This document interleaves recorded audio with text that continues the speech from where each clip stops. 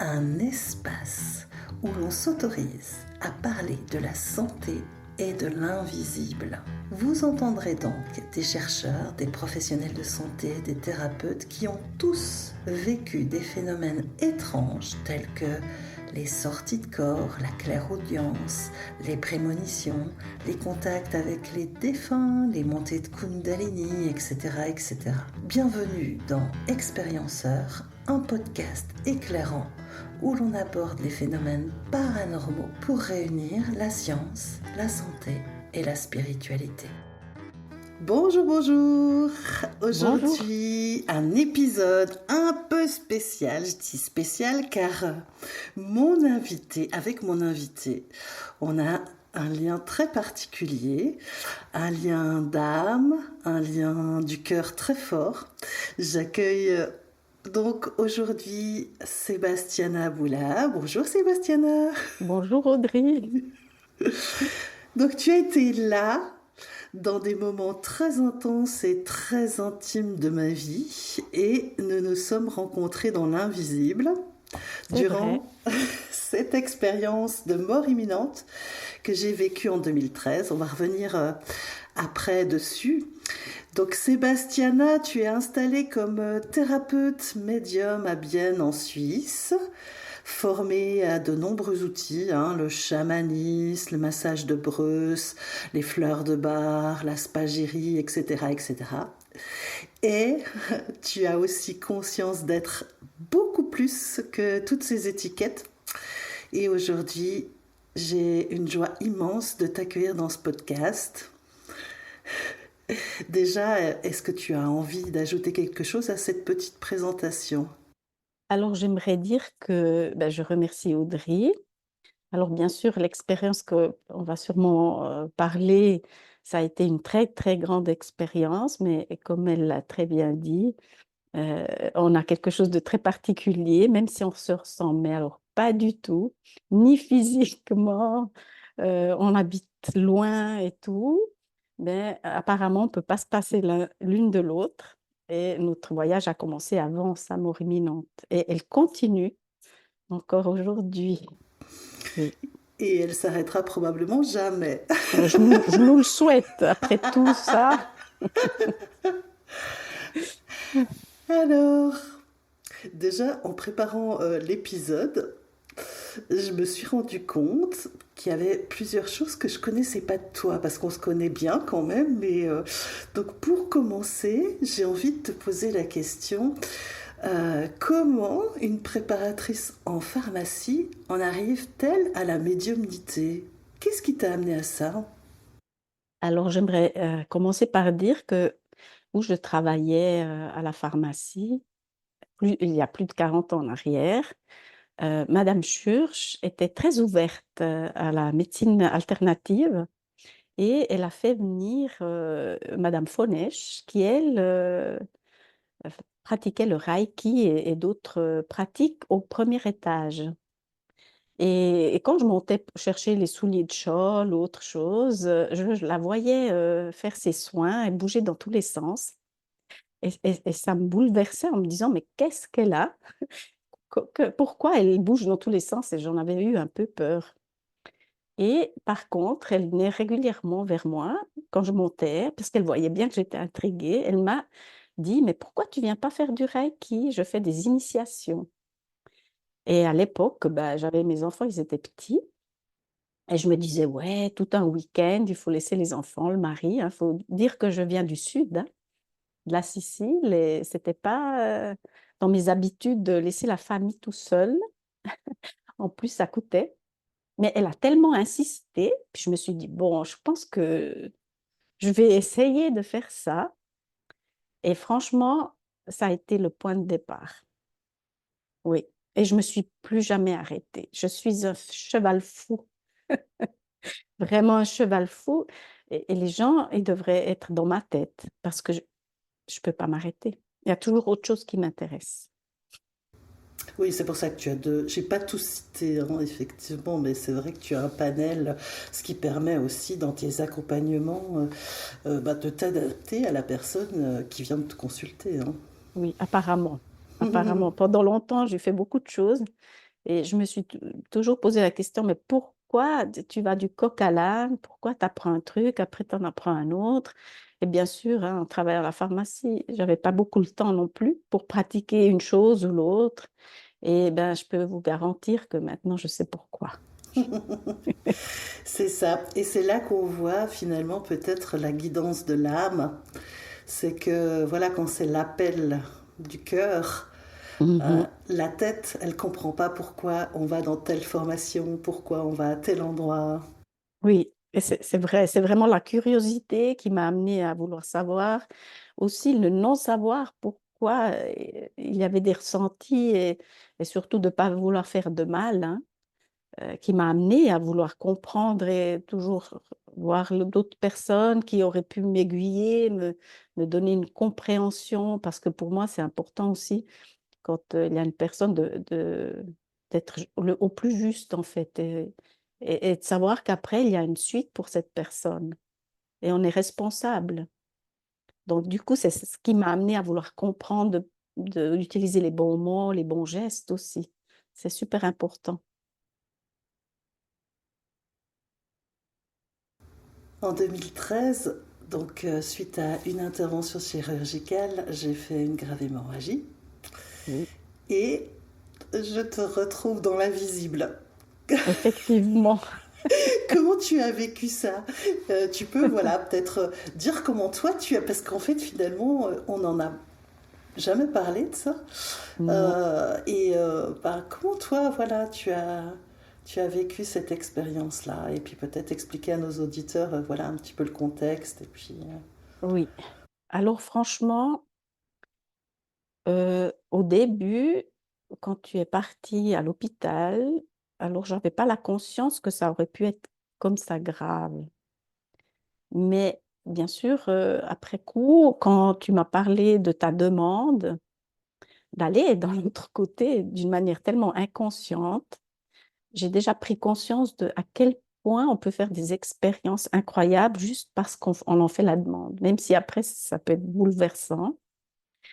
Et je dirais que quand tu es partie à l'hôpital, je me suis dit, voilà, je lui ai envoyé la bonne énergie. Tout le monde fait ça, hein, une bonne énergie. On souhaite que la personne aille bien. Mais quand ça a commencé à tourner au vinaigre, et c'est là où je vois que il y a de la magie dans l'air, parce que en fait, c'est ton mari qui m'a appelé.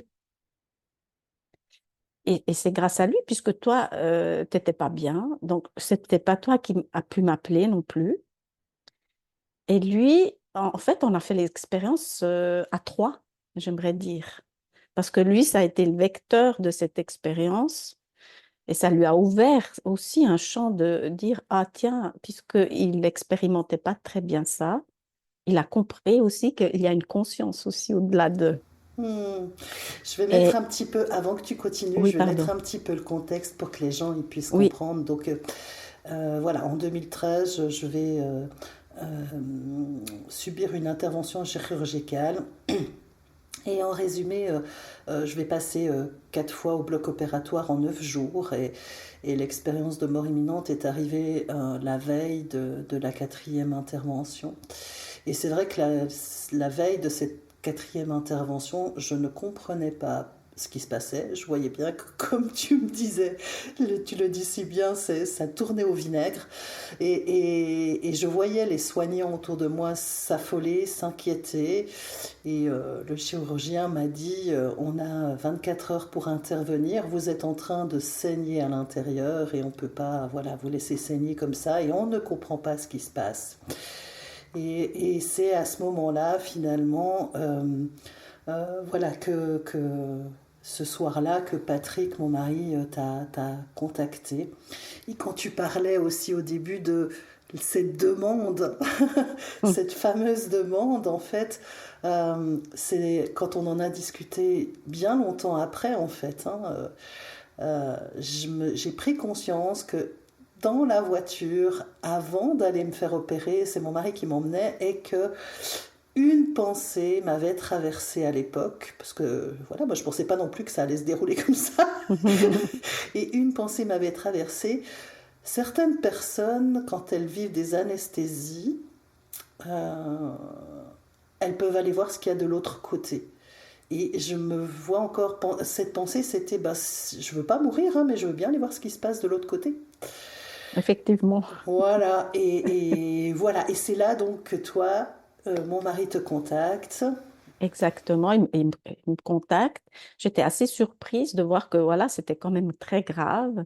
Et j'ai senti vraiment sa peur et en même temps la peur de te perdre, mais en même temps une foi. Vraiment, j'ai senti sa foi dans l'au-delà, que c'était possible justement d'aider quelqu'un d'une manière spirituelle. Et là, euh, je me suis dit, bon, maintenant, c'est mon ami. Mais il faut faire abstraction de l'ami parce que sinon je vais être dans trop l'émotion. Et je me suis connectée en fait à ton âme. J'ai senti ça de faire une connexion d'âme à âme en parlant à ton âme en fait. Et j'ai fermé les yeux et je parlais à ton âme et je voyais bien que l'âme, dans mon ressenti, elle était euh, plus de ce monde, en fait, hein. C'est très spécial pour raconter ça, parce que tant qu'on est en vie, on est rattaché quand même à l'âme, mais je voyais bien qu'elle était ailleurs. Et j'ai senti que c'était agréable, en fait, très agréable. Et là, il y a eu un discours qui s'est entamé, un discours entre moi, mais un discours avec la foi de ton mari qui lui avait un appel au secours, je sentais bien qu'il voulait que tu reviennes, et il y avait les enfants et tout. Et j'ai quand même ressenti aussi l'ami qui disait, mais on a encore des choses à faire ici. Et du coup, il y a eu ce discours dans cette autre dimension. Et pendant que je faisais ce discours, je demandais aussi à Stam de dire, OK, tu es de l'autre côté en train de voyager, mais gentiment, il faut que tu reviennes ici. Et c'est là où j'ai vu l'aigle. J'ai vu vraiment un magnifique aigle. Et cet aigle, pour moi, c'est un animal de pouvoir que j'ai pour moi aussi. C'est un des premiers animaux pardon, que j'ai eu dans ces soins chamaniques, aussi pour ma vie personnelle. Et je l'ai vu voler vraiment très haut. Et c'est dans le ciel bleu. Et pour moi, c'était vraiment un beau présage. C'est comme si, voilà, il y a de la vie. Et c'est juste un... Je survole en fait. Parce que l'aigle, quand il survole, il regarde de la hauteur, en fait, le monde. Mais il ne faut pas oublier que l'aigle, il descend toujours sur la terre parce qu'il doit se nourrir. Il ne peut pas juste voler, hein, puis profiter de ça. Et pour moi, c'était, waouh, c'est OK. L'aigle, il vole comme ça, il survole, il regarde, il profite, mais je sais qu'il redescend. Et c'est là, je me suis dit, bon, c'est fini. J'ai terminé mon soin. Et puis après, on s'est recontacté hein, avec ton mari. Et voilà, j'ai raconté mon rêve, en fait, un rêve éveillé de ce que j'ai pu voir. Et ensuite, il me semble qu'il t'a raconté ça. Et toi, tu lui as raconté que tu avais vu la même chose de l'autre côté. Si je me Hmm. trompe pas, il faut que tu expliques peut-être. Oui, alors effectivement, en parallèle, je vais Mhm, dire, parce que c'est vraiment ça, en parallèle, donc moi je me suis vue donc en état de décorporation, donc il y avait un lit, il y avait ce corps dans un lit en bas, très très loin, et au-dessus de ce lit, il y avait cet aigle qui tournait. Voilà. Et j'ai vu un aigle, et j'ai vu un deuxième aigle, et ça tournait au-dessus de ce lit. Et en même temps, donc je dis je, mais il n'y avait plus de jeu à ce moment-là. En face de moi, j'avais un être lumineux, un, un buste avec deux mains qui m'envoyait de l'énergie. Pour moi, c'était très clair à ce moment-là. Ces deux mains, en fait, me donnaient de l'énergie. Et à ce moment-là, j'ai su que j'allais pas mourir. Parce que je pense qu'avant, euh, il y a des expériences de mort imminente qui sont déclenchées par la peur de mourir. Je pense mhm, que c'est vraiment ça que j'ai vécu. Il y avait une peur très très forte, une incompréhension aussi de ce que mon corps est en train de vivre. Hein. Euh, et, et, au niveau du ressenti de cette expérience, c'est je baignais dans un amour immense et c'est comme si toutes mes cellules étaient énergie et étaient amour et baignaient dans cet amour en même temps. Et je me souviens que quand j'ai vu ce lit et cet aigle, c'est comme si l'attention était attirée vers le bas et vers ce lit et ces aigles au-dessus. Et là, j'ai eu une pensée qui m'a traversée et je me suis dit, tiens, il faudrait que je demande à Sébastiana son animal de pouvoir. Et je me souviens que c'était très étrange pour moi d'avoir des pensées à ce moment-là. Il y avait cette pensée qui est arrivée, ce qui nous prouve aussi que les pensées ne sont pas vraiment dans le cerveau, hein, parce que Mhm, là, elle était dans ce tout.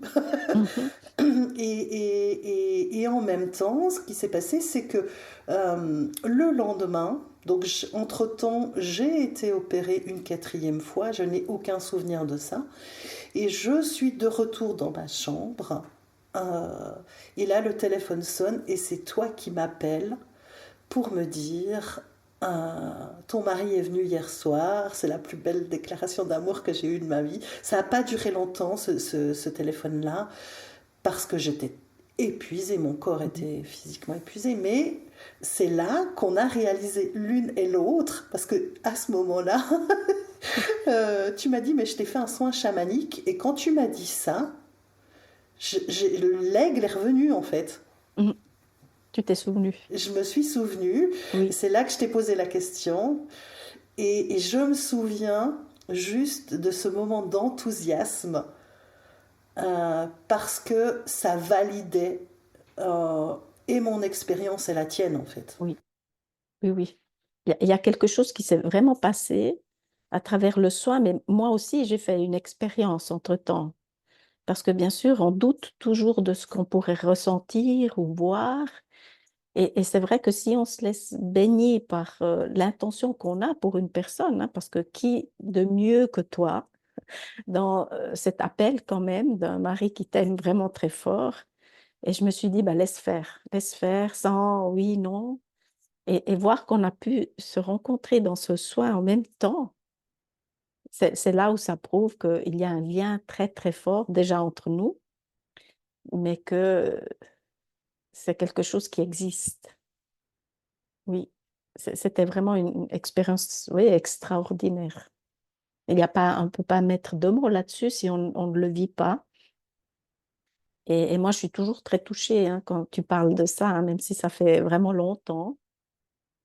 Et c'est là où tu te dis que, ouais, moi, je parle toujours de magie, hein, mais c'est vrai que si on serait beaucoup plus à l'écoute hein, de cette magie qui nous habite, dans ce sentiment de connexion entre les personnes, entre êtres spirituels aussi, ben, notre vie, elle peut avoir beaucoup plus de sens. En tout cas, c'est ce que j'ai ressenti à travers notre amitié, hein.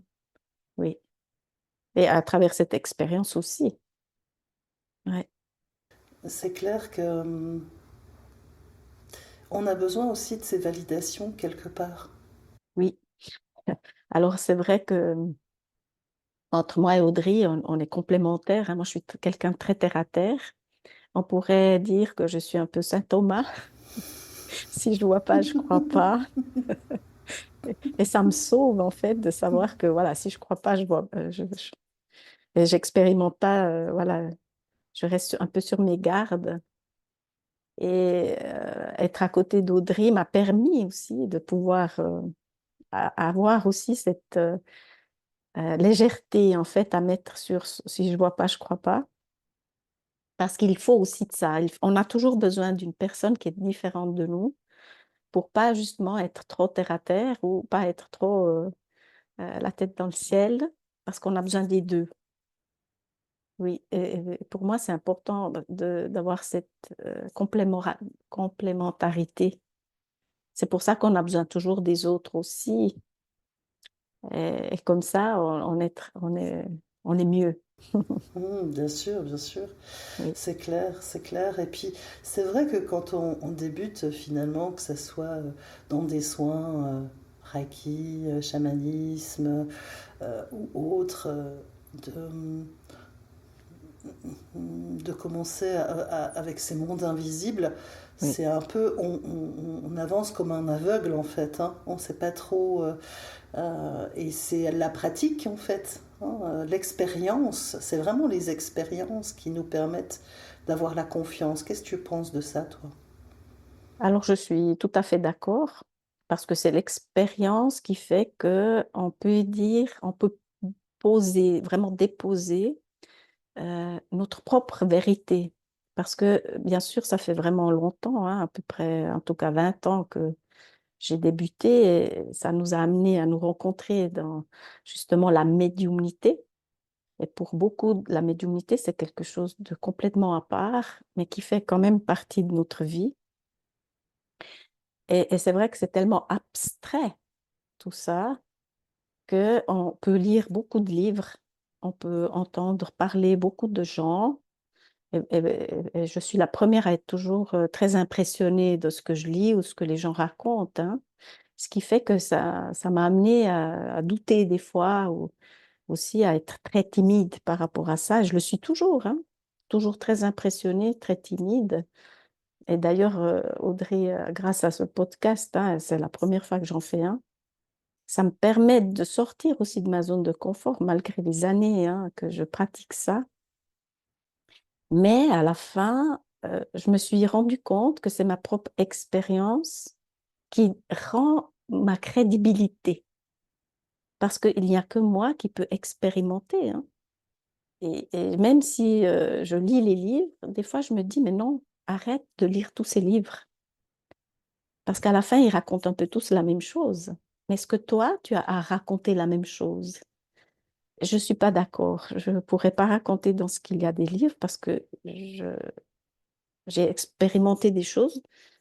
Et là, si on me demande qu'est-ce que j'ai pu expérimenter, je peux dire ma vérité. Et encore aujourd'hui, je ne sais pas tout. C'est juste que s'il y a une connexion qui se fait, magique, je trouve, j'ai toujours ce mot à la bouche, mais c'est une connexion, elle est là. Et moi, je ne peux pas mettre de mots sur une connexion qui est là, mais je trouve il y a l'émotion qui vient. Et quand il y a l'émotion qui vient, je me dis, waouh, je suis arrivée à la maison. Et c'est ça qui est, ma vérité, c'est ça. Et quand les gens, ils voudraient savoir et tout, et si je peux, voilà, partager ou dire quelque chose, je leur souhaite.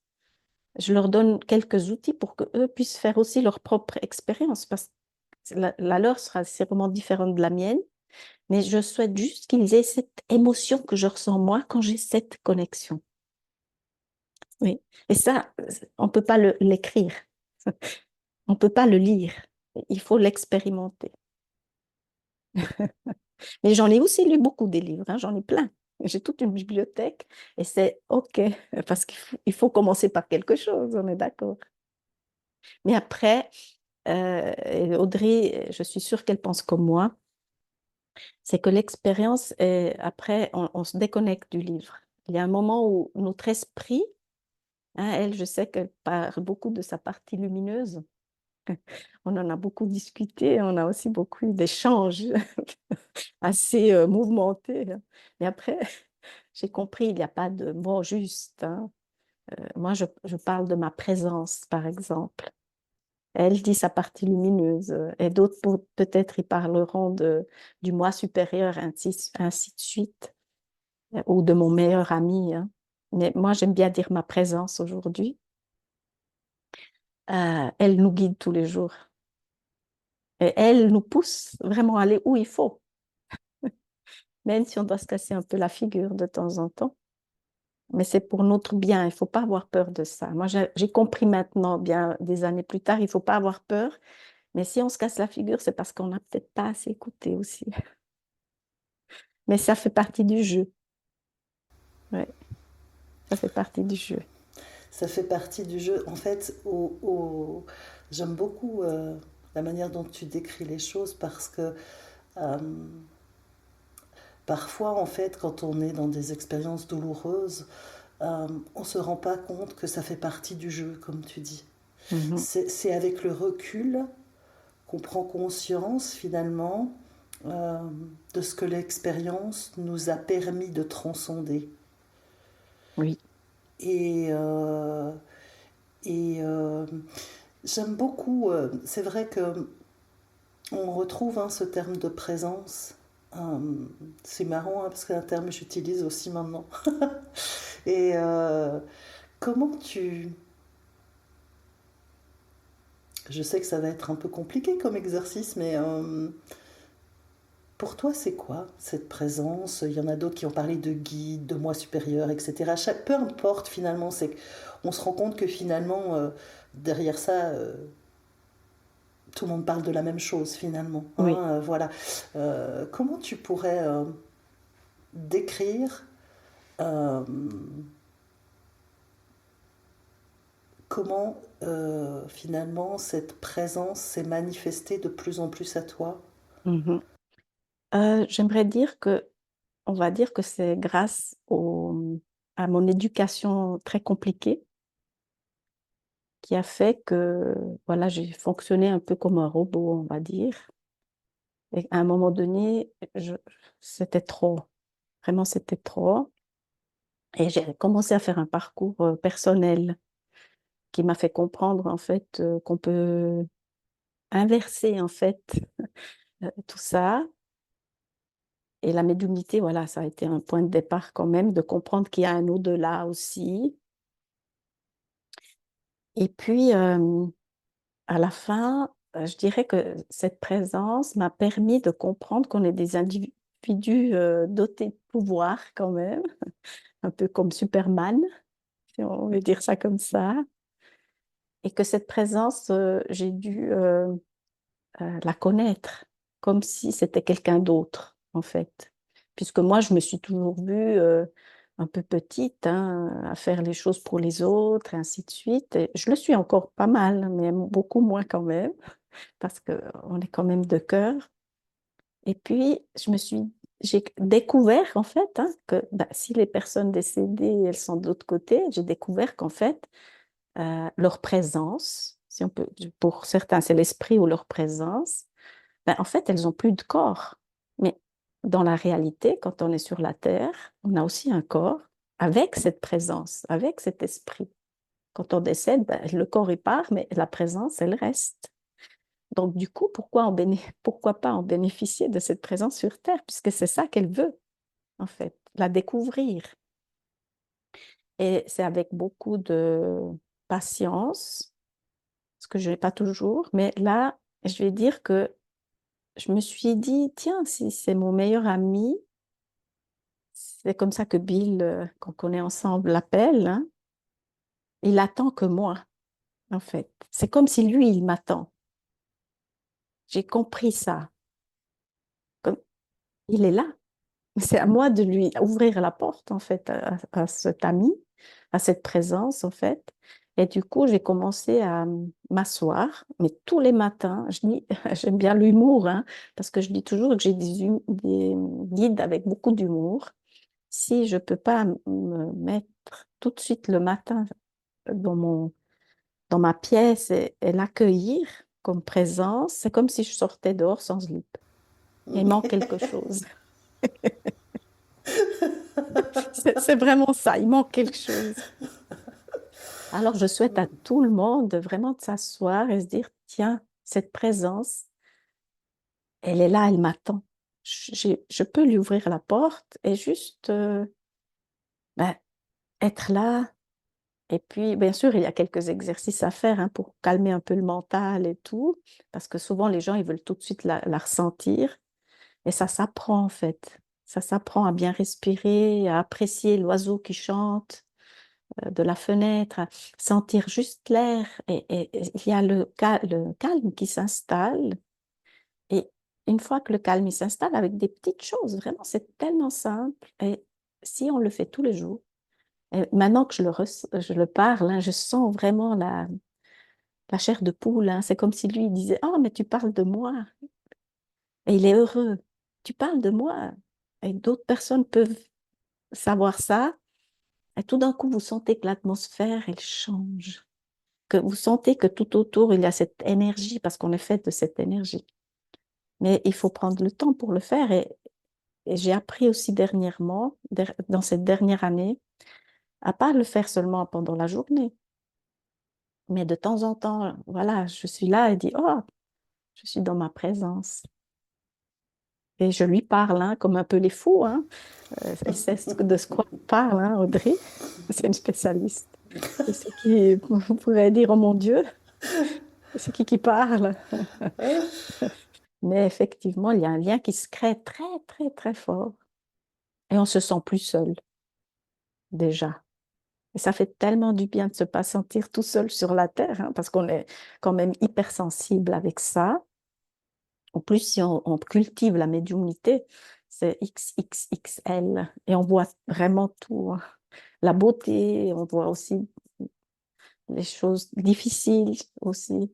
Et le non-jugement, ça a été aussi quelque chose de très fort dans mon parcours, d'apprendre à pas juger tout ce qu'on pourrait trouver de pas correct. Et il y a beaucoup de choses qui viennent, il y a la gratitude et tout, mais c'est vrai que c'est un parcours. Mais il en vaut pas la peine, mais il en vaut la joie de le faire, vraiment. Et la vie, elle change après, même avec la souffrance. Mais après, qu'est-ce que la souffrance? Si on sait qu'on a une présence, hein. Oui, j'ai découvert ça. Alors, je ne sais pas si j'ai pu répondre à cette question, Si, si, c'est très clair mais et c'est très clair et ça montre bien, je trouve, finalement qu'on est un être humain. C'est-à-dire qu'il y a l'être et il y a l'humain. Il y a l'humain avec ses souffrances, ses jugements, ses expériences parfois difficiles, et puis en arrière-plan qui est toujours là, l'être. oui, Et finalement, l'humain, je ne sais pas de toi si tu exprimerais ça comme ça, mais l'humain expérimente des choses difficiles pour mettre en lumière, pour transcender et mettre en lumière l'être. oui, effectivement. Euh, si j'aurais pas vécu la souffrance sur différents aspects, hein, encore aujourd'hui, hein, je peux vivre de la souffrance parce que comme tu dis, hein, on est un être humain et puis on aimerait bien vivre une vie peace and love. Mais je me suis rendu compte qu'une vie peace and love, ce serait vachement chiant aussi. C'est un peu ça, hein. Mais c'est vrai que ben, si on ne fait pas des expériences de souffrance, on ne peut pas aller de l'autre côté à se rendre compte de ça. Sinon, on serait un peu comme... on me montre toujours cette image avec le cœur quand on va faire un électrocardiogramme. L'électrocardiogramme, il fait des pics, hein. Tac, tac, tac, tac, tac, tac. Et puis on peut savoir, ah, tiens, le cœur, il fonctionne. Mais du moment où l'électrocardiogramme, il est tout droit, et puis ça fait, ben, on est mort. Et moi, je compare notre vie quand elle fait tac, tac, tac, tac, avec toutes ces émotions. Ah, bah tiens, tu es en vie. Et on peut se laisser porter justement par ces émotions. Mais du moment où justement on vit aussi ce côté lumineux, après on a beaucoup, beaucoup de recul en fait. Et pour moi, j'ai maintenant aussi ce sentiment d'avoir une boussole grâce à ces émotions qui font tac, tac, tac, tac, tac, tac. Et grâce à cette présence, je me vois toujours comme capitaine maintenant d'un navire. Et avant, j'avais peut-être un petit bateau un peu avec qui coulait assez souvent quand même.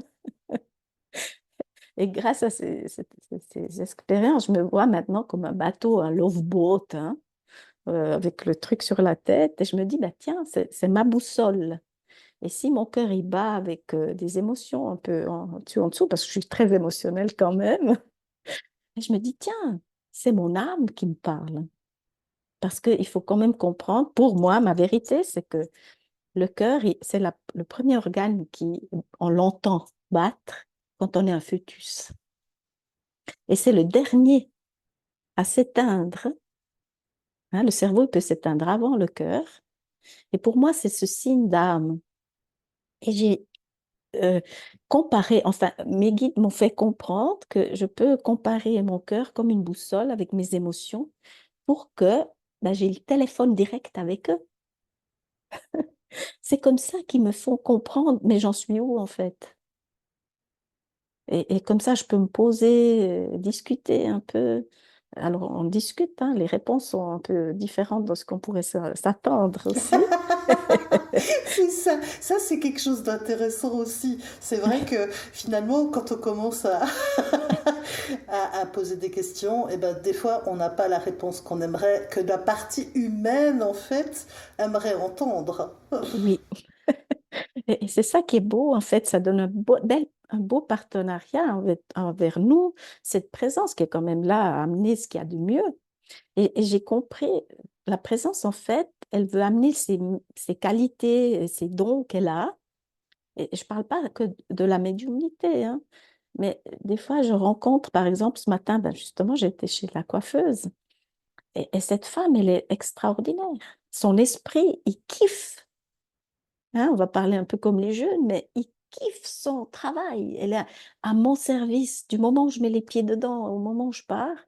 Mais j'ai juste envie de retourner chez cette personne. Et moi, je souhaite vraiment à toutes les personnes de vivre ça, égal le métier, justement, mais de kiffer ce qu'elles font. Sa présence, elle est lumineuse. On le ressent. Ben Oui, oui, c'est bien au-delà, finalement, c'est ce que je disais dans ta présentation, et c'est bien au-delà de toutes ces étiquettes. On est oui, bien au-delà d'un métier, d'un genre, femme, homme, etc., de médium ou pas. Ça, c'est bien au-delà de tout ça. Le chemin nous montre à oui, la fin que les choses sont très simples et qu'on est déjà tout ça. oui. Alors, bien sûr, hein, je ne dis pas que la médiumnité, c'est génial. Moi, je pourrais plus m'en passer parce que ça me permet vraiment, mais tout au long de la journée, d'être dans cette présence le plus souvent possible quand même, hein.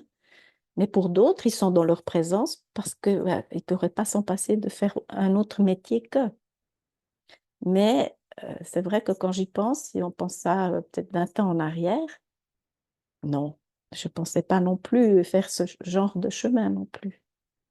Mais, et Audrey le sait très bien, on a passé quand même des week-ends ensemble.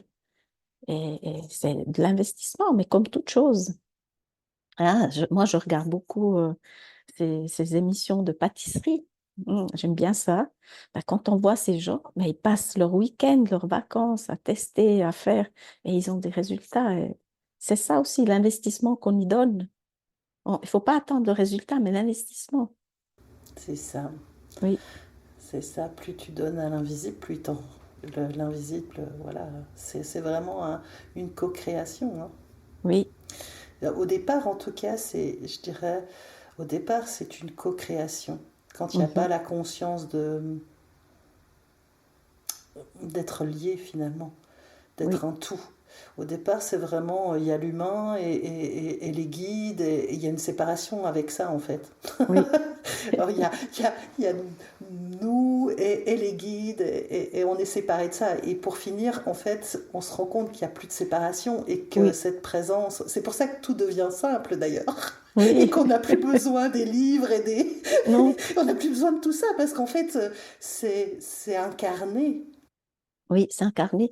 Et ce que je voulais peut-être ajouter, parce que un petit paragraphe par rapport à ma maman, qui, elle, quand j'ai commencé ce parcours, elle m'a dit les personnes décédées, on les dérange pas.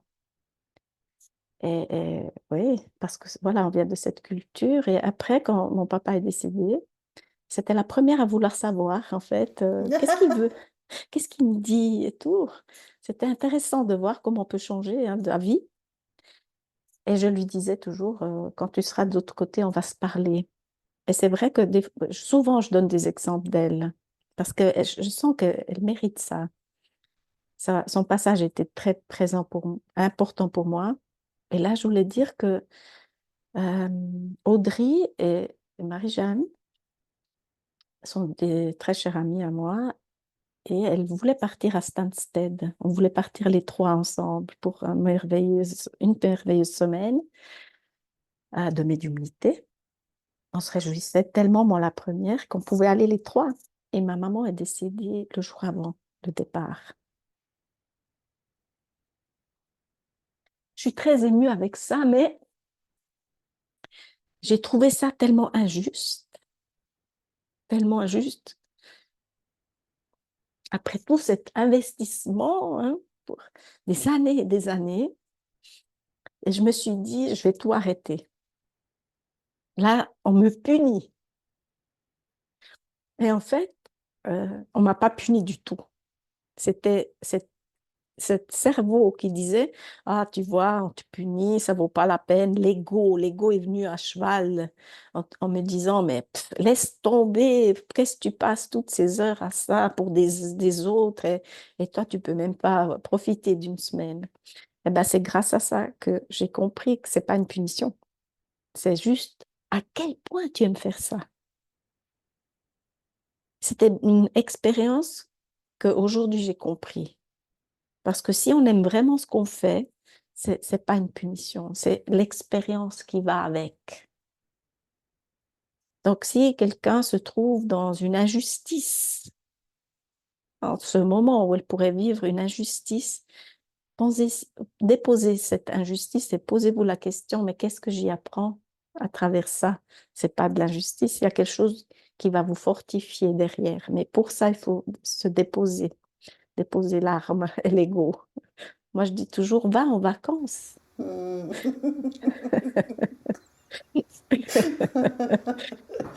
Oui. Je te remercie beaucoup parce que c'est vrai que c'est un bel exemple et Stansted, donc pour ceux qui connaissent pas, c'est une école de médiumnité reconnue en Angleterre. Voilà, et effectivement, ce que je peux rajouter, c'est que finalement, comment on s'est rencontrés en fait. Et parce que là, ça vient, et c'est. Euh, donc à un moment donné, moi, j'avais besoin dans mon parcours de comprendre ce que je vivais et ce que j'entendais, ce que je ressentais. À l'époque, j'avais l'impression d'entendre des voix d'ailleurs. J'ai compris beaucoup plus tard que c'était beaucoup plus que ça, des informations donc qui revenaient et je suis allée faire des cours de médiumnité. Le premier cours, je me vois encore aller donc à ce cours où on s'est rencontrés et j'ai demandé très fort à, à avoir finalement quelqu'un qui me ressemblait. Quelqu'un, une amie avec qui je pourrais partager ce que je vis, parce qu'à l'époque, hein, c'était quand même il y a quelques années en arrière. Mhm. À l'époque, en fait, il y avait une solitude qui était là, justement, ce que tu parlais tout à l'heure. Il y a cette solitude de l'âme hein, qui a besoin de retrouver des partenaires qui vont lui ressembler. Et effectivement, donc on s'est rencontrés et avec Marie-Jeanne. Et on s'est rencontrés, c'est pas une amie, c'est deux que j'ai eues et deux sœurs de. C'est ce que je disais en présentation, hein, c'est vraiment un lien très très fort de cœur à cœur et d'âme à âme. Et merci, hein, parce que c'est un bel exemple de comprendre à quel point finalement dans notre partie humaine, il y a des aléas, moi j'appelle ça des aléas de la vie. Ben voilà, ta maman qui décède au moment où on devait partir les Mhm. trois. Et en même temps, de l'autre côté, bah, il y a l'expérience qui se traverse, qui se vit difficilement, et il y a la lumière qui vient conclure, je dirais.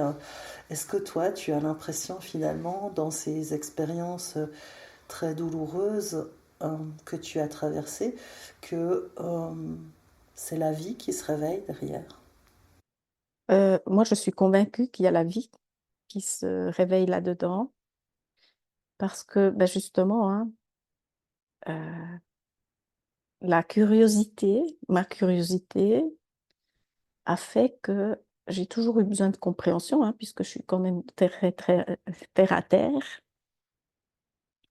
Et grâce à ça, j'ai pu découvrir tellement de choses magnifiques parce que j'ai pas voulu baisser les bras, et j'ai pas voulu me mettre justement dans cette victimisation et me laisser porter par ça et devenir euh, aigre et, et triste et sèche de l'intérieur.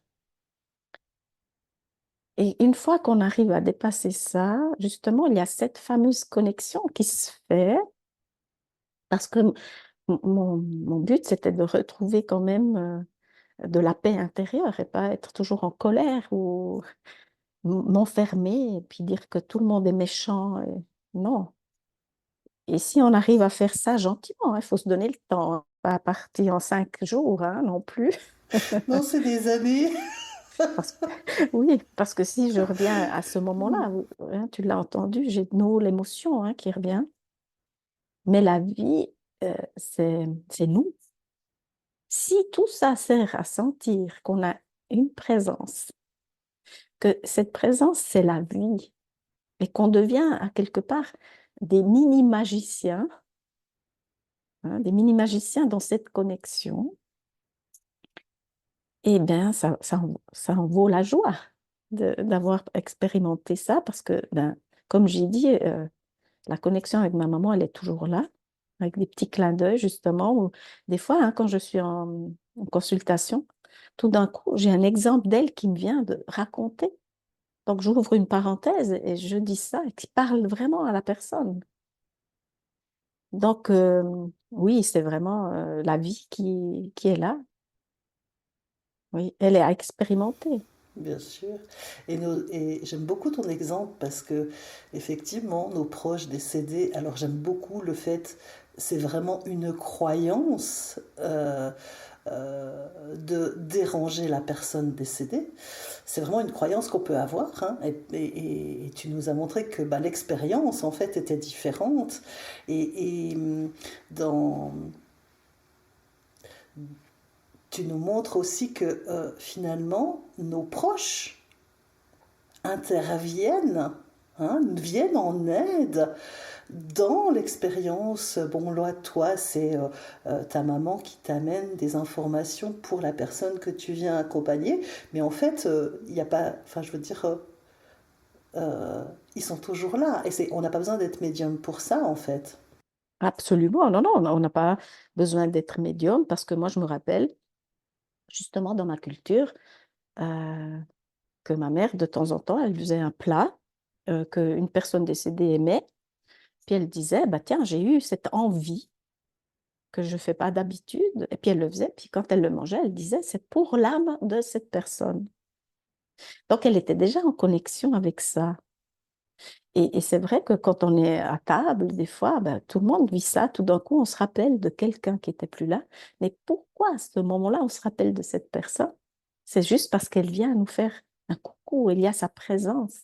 Ils ont le droit d'être là, hein, et ils ont besoin de ça. Évidemment. Est-ce que justement, tu peux nous partager, toi, de ton expérience par rapport à ça? Parce que tu as voilà, une grande, grande expérience en médiumnité, hein, et tu pratiques surtout, et beaucoup. Et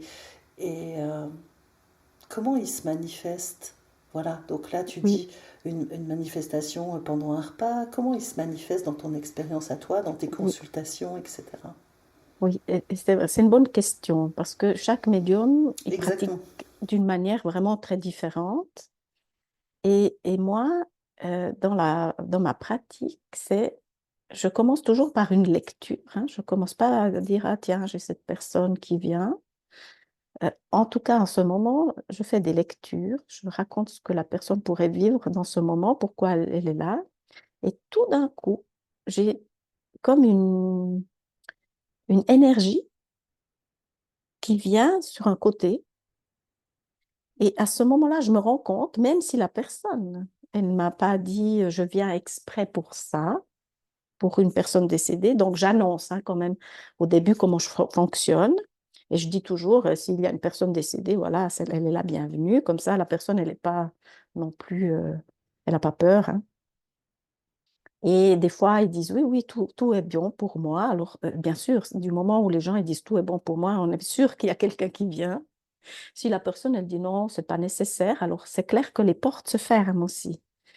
Et comme ça, on met les choses au clair. C'est important pour moi aussi. Mais si la personne elle dit oui, alors tout d'un coup, je sens, pendant que je fais une lecture, qu'il y a de l'énergie qui vient. Comme si ça posait un peu. Ah, je me dis, tiens, il y a quelqu'un qui est là. Et je commence comme ça à dire, ah, tiens, selon ce que je raconte, je pourrais dire, est-ce que vous avez un oncle, parce que j'ai l'oncle qui est de l'autre côté, ça vous parle. Et c'est comme ça que ça commence, en fait. Parce que la personne, elle dit, ah, elle réfléchit, bien sûr, puisqu'elle s'y attend. Elle dit oui. Alors j'ai dit, alors on va parler de... Parce que je sens qu'il y a quelqu'un qui est votre oncle. Si elle dit l'oncle, ça me dit pas trop, je dis, ça fait rien. Bon, je vais quand même parler de qui est là. Et ça match quand même après. Oui. Et il fait partie, en fait, ça donne un trio de communication. Et vraiment, franchement, c'est quelque chose d'incroyable, en fait. Hmm. Oui. En quoi finalement cette connexion avec l'invisible, finalement, elle peut aider Mhm. la personne qui vient te consulter? Oui. Alors, en tant que médium spiritualiste, hein, c'est ceux qui amènent beaucoup de preuves. Il est important, et d'ailleurs, eux, ils prônent plus les preuves que le message, hein. C'est vraiment amener une preuve que, à travers la description, quel que soit à travers les souvenirs en commun, avec le travail qu'il a fait, euh, la personne, elle est là déjà pour ça, pour se faire reconnaître, parce que c'est important. Et puis ensuite, elle parle de ses expériences de vie. Et des fois, c'est drôle hein, qu'elle vienne parler de ses expériences de vie ou des voyages, hein. Tout dépend de ce que vous vivez en face. Moi, je dis toujours, si je peux me permettre, si vous devez aller chez le pédicure parce que vous avez un corps, vous n'irez pas chez le gynécologue, vous irez chez le pédicure. Donc, c'est toujours la meilleure personne qui pourra vous parler du problème que vous avez parce que des fois, les gens, ils disent, ah, mais je veux pas spécialement cette personne, mais c'est le meilleur spécialiste. Et puis ensuite, ils viennent parler d'un bout de vie que vous êtes en train de vivre, ou des fois, ils s'inquiètent pour quelqu'un de votre propre famille et vous êtes l'intermédiaire. C'est pour ça qu'ils viennent, parce qu'ils s'inquiètent pour quelqu'un, parce que vous pouvez l'aider, ou alors ils vous amènent des informations par rapport à une inquiétude que vous avez vous-même. Si je peux me permettre de donner juste un exemple de la dernière personne qui est venue, elle est venue parce qu'elle a hérité de son papa. Et puis, son papa, c'était quelqu'un d'alcoolique qui était sous tutelle. Et bien sûr, il n'avait pas le droit à prendre plus d'argent qu'eux. Et quand il est décédé, bien sûr, sa fille a bénéficié de cet argent, fille unique, et ils ont décidé d'acheter une maison. Mais elle a tellement de culpabilité qu'elle ne peut pas jouir de cette construction. Et quand elle est venue, je me suis dit, ah, mais tiens, il y a le papa qui est là, elle vient parler et tout. Et je sens qu'il y a une histoire d'achat de maison, en fait. Et puis elle m'a dit, effectivement, on a acheté une maison. Et puis j'ai arrêté parce que je veux pas qu'elle parle trop, hein, sinon on n'a pas des infos. Et j'ai dit, mais cette maison, c'est bienvenu et tout. Et puis il est heureux de cette maison. Et il y a eu un dialogue qui s'est mis entre les trois, en fait. Et puis après, elle a vraiment dit, oh, mais je me sens coupable et tout. Puis lui, il a dit que de toute manière, cet argent, s'il n'était pas sous tutelle, il n'en aurait rien fait, il l'aurait utilisé que pour boire. Et si, grâce à cette fille, il a pu récupérer son karma de cette vie de souffrance, il aura vécu son karma.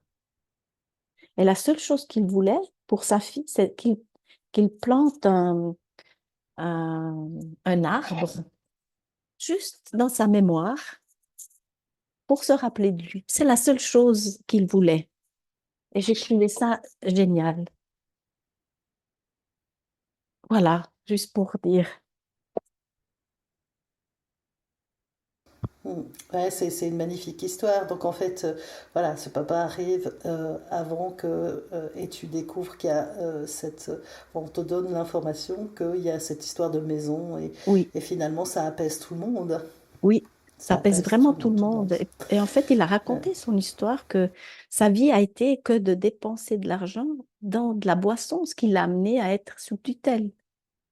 Mais il était tellement heureux que c'est comme c'est difficile pour moi de parler de karma parce que voilà, on y croit, on n'y croit pas. Moi, je préfère mettre ça un peu de côté. Mais lui, il a clairement dit qu'il s'est racheté de toute la souffrance qu'il a pu amener à sa fille.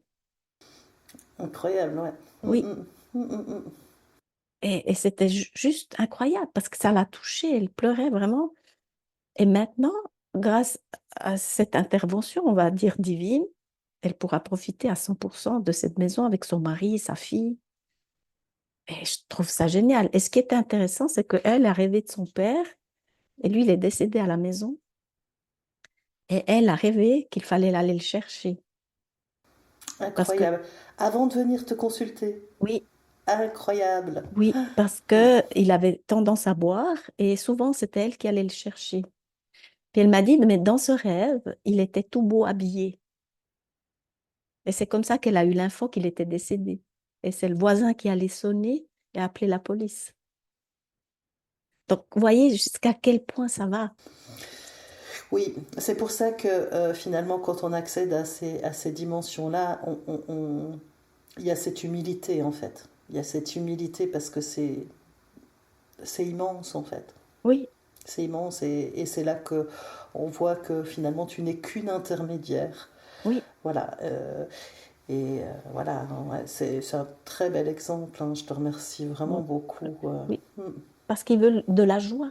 Ils veulent qu'on vive avec de C'est la ça. joie. C'est Et, ça.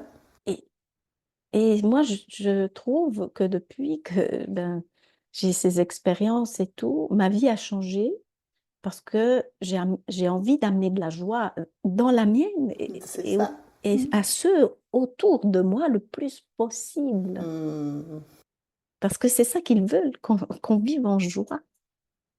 Et ceux qui vivent de la peine parce qu'ils n'ont pas encore ils n'ont pas réussi à vivre des choses un peu meilleures, ça existe pour beaucoup de raisons. N'oubliez pas que le travail peut se continuer à faire même s'ils sont de l'autre côté. oui, la preuve.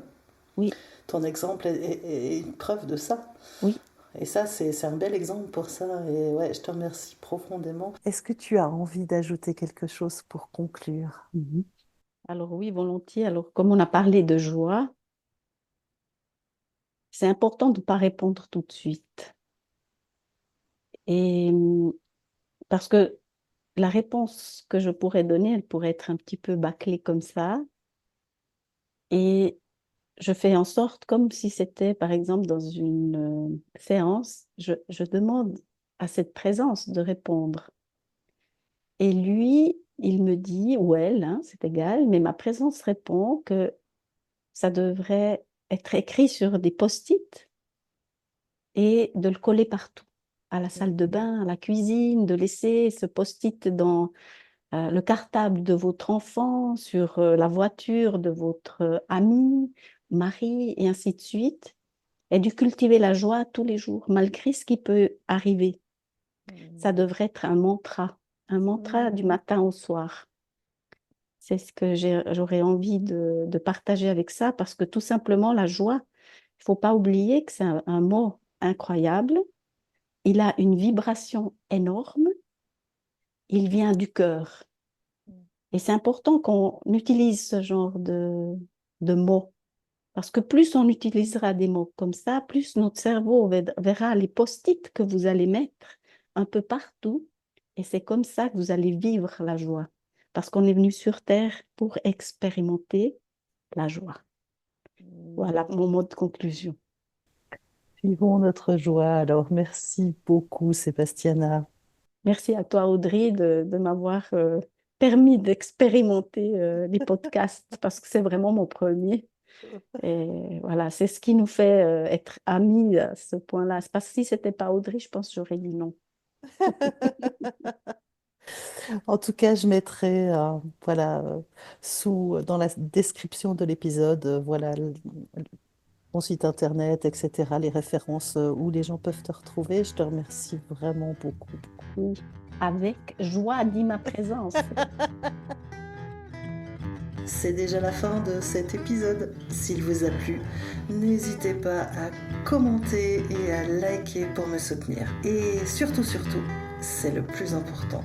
Si vous connaissez quelqu'un qui a vécu une telle expérience, partagez-lui cet épisode. Cela peut peut-être profondément l'aider. Une liste de professionnels de santé formés pour accompagner ces phénomènes est disponible sur le site audreygraindamour.org. Retrouvez-nous le 1er et le 15 de chaque mois sur toutes les plateformes. À bientôt!